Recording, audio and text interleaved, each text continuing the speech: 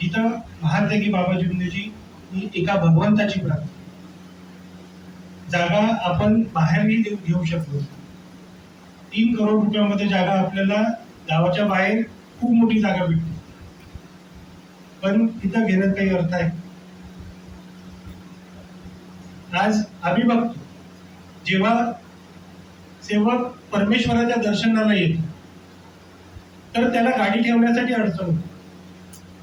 मोहल्ल्याचे लोक व्यवस्थित नाही, कोणी आपल्याही घरासमोर जर नेहमी गाड्या उभ्या राहतात कोणाचे, तर आपण म्हणतोच ना त्यांच्या घरासमोर गाडी. आता 2 गाड्याचा इन्सिडेंट आला आपल्या समोर, किती लोक तिथं भांडण करतात, 2 गाड्या आपल्याला काढावं लागतात. आणि सेवक नेहमी परमेश्वराच्या दर्शनासाठी इथे येत असतो, त्याला गाडी ठेवताना खूप बरीच त्रास होतो. आज बाबांच्या दर्शनासाठी 100-150 किलोमीटरवरून येतात, किंवा कधी जर कोणाला वाटलं की बाबांच्या दर्शनाला जायचं तर आपण आता आजकाल काही ट्रेनने येत नाही, बसने येत नाही, आपण काय करतो, एक गाडी करतो, गाडीने.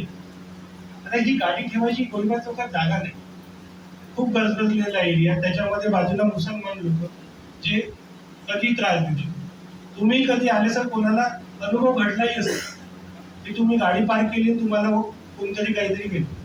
म्हणून आपल्या ह्या सेवकांचं जर आपण परमेश्वराच्या दर्शनासाठी आलो आणि आपल्याला कोणी शिवीगाळ करता फक्त गाडी ठेवायसाठी, तर तुमचं मन काय मानेल?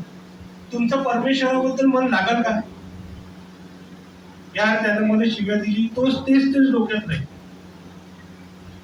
आपण आलो कशासाठी? परमेश्वराचं दर्शन घ्यायसाठी, परमेश्वराला आपलं दुःख सांगण्यासाठी, परमेश्वराने जे आपल्याला दिलं आहे त्याचा धन्यवाद करतात.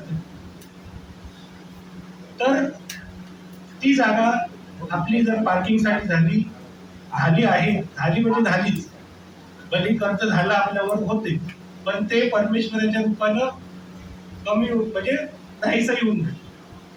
तरी त्या जागेचं असंच महत्व आहे की बाबाच्या निवासस्थानी येणाऱ्या प्रत्येक सेवकांचं हे दर्शन मनापासून स्वच्छ आणि पवित्र मनानं व्हावं, अशाच गोष्टीसाठी आपण ती जागा घेतली आहे. होऊ शकते पुढं जाऊन त्याच्या वर आपण आपल्याकडे जास्त पैसे आले, एक्स्ट्रा पैसे आले की वर बांधून एखादी वसतिगृह, किंवा जर तुम्ही सेवक लोक कोणत्या गावावरून किंवा अजून कुठून आले तर त्यांच्या राहण्याची, खाण्यापिण्याची व्यवस्था आपण या इच्छा बरोबरच तिथेही करू. त्याचप्रमाणे आपलं प्लॅनिंग असंच आहे की जर कोणी मेडिकल मध्ये भरती होतं तर त्यांचे नातेवाईक ते तिथं रोडवरच झोपतात, किंवा कोणतरी संस्था त्यांना येऊन जेवण देते.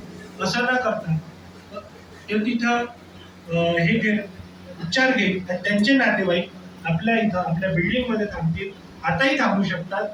त्यांना जेवणाची, खाण्याची, राहण्याची व्यवस्था या ठिकाणी. तर हा विजन क्लिअर आहे. आपलं संस्थान का बनवली गेली, का बरं बनवली गेली, का बरं डॉक्टर साहेबांनी हा विचार ठेवला?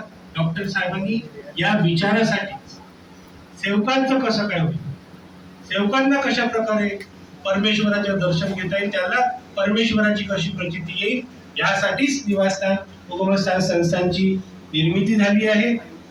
आणि ते एक खूप चांगल्या नेतृत्वात आपण सर्वात मार्फत घडून येऊन राहिलं. आता बऱ्याच गोष्टी मी सांगितल्या, माझी कॅपॅसिटी होती